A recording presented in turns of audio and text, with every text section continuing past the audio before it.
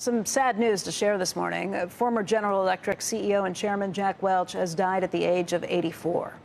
In a statement, his wife Suzy says, more than anything else, leader, business icon, management genius, more than those things, although they are true too, Jack was a life force made of love, pure, bright, undiminishable love. His irrepressible passion for people, all people, his brilliant curiosity about every single thing on earth, his gargantuan generosity of spirit towards friends and strangers alike, they added up to a man who was superhuman yet completely human at once. He changed the world by touching people deeply and authentically, helping them see and reach dreams they couldn't even imagine for themselves. And somehow, crazily somehow, he also managed to be the greatest husband and stepfather who ever lived, giving our family 20 amazing years of adventure, happiness, and joy. Our hearts, so much larger and fuller having known and loved him, are broken. Sue Herrera looks back at the life and legacy of Jack Welch. He's been called a white-collar revolutionary. My name is Jack Welch. I'm Chairman and Chief Executive Officer of General Electric. From working-class Massachusetts kid to GE Plastics engineer to CEO. He took an old-line industrial company by the throat and through ingenuity, vision, and sheer force of personality, turned it into a global leader in finance, media, and high-tech healthcare. During his 20 years running General Electric, from 1981 to 2001, Jack Welch drove the company's market value from $14 billion to more than $400 billion.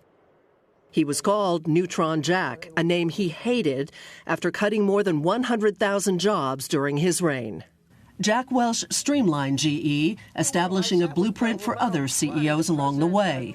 He slashed payrolls, closed factories, and shuttered or sold GE subsidiaries that were not number one or number two in their industries. The role for the mediocre is one that is short-lived. Welch was passionate and unstoppable, a visionary who spearheaded GE's shift from manufacturing to financial services through numerous acquisitions, and always made sure to point out that he made his best deals on the golf course. In 1986, GE dove headfirst into the media business with the acquisition of RCA, which owned the NBC broadcasting network. Welch sold almost everything else, but he kept NBC. GE executive Bob Wright was named president of NBC, and in just 3 years, the network made its first foray into the cable industry with the Consumer News and Business Channel, CNBC. Welch's decision to spend more than $150 million to buy CNBC competitor Financial News Network was key to CNBC's later success. It's no different than any other game, and what we had to do was to take it from being a dry text in a paper to the locker room, if you will, to show what the game was all about, how the winners felt and how the losers felt. And that's what CNBC was designed to do. By the end of his tenure, Welch was known less as a cost cutter and more for his dynamic management style. He pioneered informality in the workplace, abandoning management bureaucracy and archaic business ways. A demanding but passionate leader, Welch emphasized the value of candor.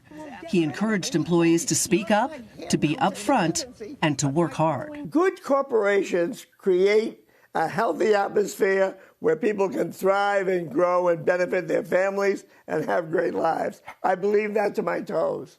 A man of surprise, he often unexpectedly stopped in at GE plants and offices, or sometimes in the newsroom. In 1999, Fortune named Jack Welch Manager of the Century. Before stepping down as CEO in 2001, he set up an internal succession race for his job, calling the eventual choice the most important decision he would ever make. Jeffrey Immelt succeeded Welch, but the company struggled in the wake of the 9/11 attacks and the financial crisis of 2008, which was devastating for the lending unit that Welch had dramatically expanded while he was CEO. Welch's retirement turned out to be anything but. He continued to lead the dialogue of modern business as a management guru who concentrated on winning and never looking back. How can I have a regret? I mean, I'm an Irish kid from Salem who ends up with the greatest job in the world, and I was trying to make $10,000 to live on. I mean, I had a great run.